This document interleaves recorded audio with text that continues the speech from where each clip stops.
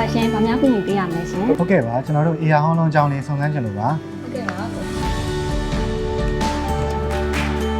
မတို့အေယာဘက်မှာအေယာဟောင်းလုံးလျှောက်ပြီးအိမ်ရေးကြဝယ်လို့ရပါတယ်ကိုတို့ကဝန်ထမ်းအနေနဲ့လျှောက်ပါလားကိုပိုင်လုပ်ငန်းလုပ်ကန်တို့အနေနဲ့လျှောက်ပါလားရှင် ဟုတ်ကဲ့ဝန်ထမ်းအနေနဲ့ရှောက်ပါပါနှစ်ယောက်လုံးကဝန်ထမ်းတွေပါ ဟုတ်ကဲ့ညီမတို့ဘက်မှာချင်းဝင်လျှောက်မယ်ဆိုရင်လျှောက်မဲ့သူကအသက်18နှစ်ပြည့်ပြီးအသက်59နှစ်ခန့်မကျော်သူဓာတ်စာပုံမှန်ဝင်ဝင်ရှိသူဖြစ်ရပါမယ်ရှင်ဝန်ထမ်းဖြစ်ကြောင်းထောက်ခံစာဓာတ်စာပေးစရိတ်3လစာနဲ့ဝင်ဝင်ခွင့်လိုအပ်ပါတယ်ကိုအကယ်လို့သင်္ဘောသားဆိုလို့ရှိရင်တော့သက်တမ်းရှိပြီးသား CDC မိတ်ထူလိုအပ်ပါတယ်ရှင် Personal information အနေနဲ့ချင်းဝေလျှောက်ထားသူရဲ့ license ဓာတ်ပုံ2ပုံမှတ်ပုံတင်မိတ်ထူ၊သကောင်စင်းမိတ်ထူနဲ့ရက်ကွက်တွင်နေထိုင်ကြောင်းထောက်ခံစာမူရှင်ဆက်သွယ်ရမယ့်ဖုန်းနံပါတ်တွေလိုအပ်ပါတယ်ရှင်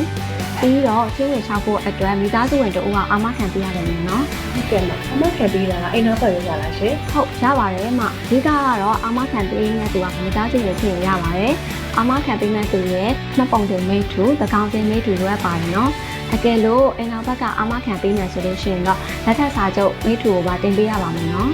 အိမ်နဲ့ပတ်သက်ပြီးလိုအပ်တဲ့စာရွက်စာတမ်းတွေအနေနဲ့အကိုတို့ဝယ်မဲ့အိမ်ရဲ့အယောင်းဝယ်ဆက်ဆက်စာချုပ်မြေပုံမြေယာဇဝင်တွေနဲ့ဝယ်မဲ့အဆောက်အုံရဲ့ဓာတ်ပုံတွေကိုပူးတွဲတင်ပြပေးရပါမယ်နော်ပြီးတော့တိုက်ခန်းဝယ်မယ်ဆိုလို့ရှိရင်ကိုတို့ဝယ်မဲ့တိုက်ခန်းရဲ့ GP ကျန်းကျိန်လွှာပေါင်စာချုပ်မှတ်ပုံတင်စာချုပ်ကြီးနဲ့မီးအာမခံစာရွက်စာတမ်းတွေလိုအပ်ပါတယ်နော် ကျွန်တော်တို့ကအိမ်နဲ့ခြံဝင်ပါပါအမ ဟုတ်ကဲ့ကိုအိမ်နဲ့ခြံဝင်မယ်ဆိုလို့ရှိရင်တော့အခွန် GPSP ကျန်းကျိန်လွှာအပေါင်းစာချုပ်မှတ်ပုံတင်စာချုပ်ကြီးဂရမ်မူရင်းနဲ့မိရမာကန်စာရွက်စာတမ်းတွေလိုအပ်ပါတယ်နော် ဟုတ်ကဲ့ခုပြောလိုက်တဲ့စားစာတန်းတွေအစုံပါလာပြီအမတို့ကမဆက်လို့ရအောင်လဲရှင် ခုနကပြောလိုက်တဲ့စာရွက်စာတမ်းတွေနဲ့ဘန်မာလာရှောက်မယ်ဆိုလို့ရှိရင်လိုအပ်တဲ့စာရွက်စာတမ်းတွေစုံမစုံဘန်ဘက်ကစစ်ဆေးပေးပါတယ်လိုအပ်တဲ့စာရွက်စာတမ်းတွေစုံပြီဆိုလို့ရှိရင်တော့ဘန်ဘက်ကလုံး process ကိုစပြီးလုပ်ပေးပါတယ်ရှင်